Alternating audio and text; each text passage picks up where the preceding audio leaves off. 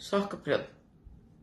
Þetta venjulegur sokkabrjót og þeir eru 5 svona stykki.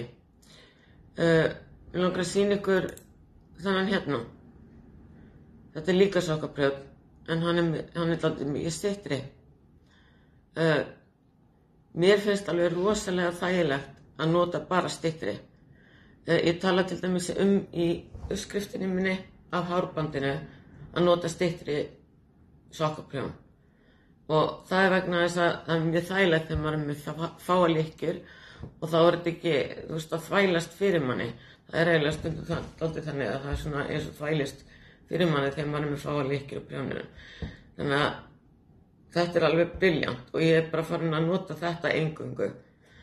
Þeir eru til náttúrulega í ýmsum efnum.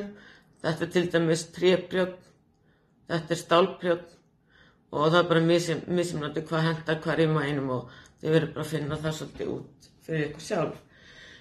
Sumir tala að þegar maður er með svona styttri prjóna þá sé ég svo hræddur að það detti af prjónunum.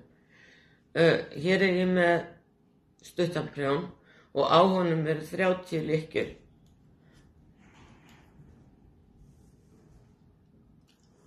Þið sjáu það, það er ekkert að detta neitt af.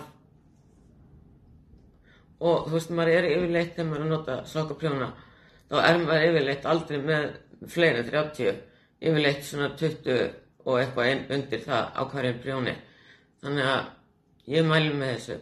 Þessir hérna prjónar og þetta fæst í handverkskunst og ég set link inn á handverkskunst fyrir ykkur þannig að þið getið séð hvað er til í þessu. Timbur og stál. Takk.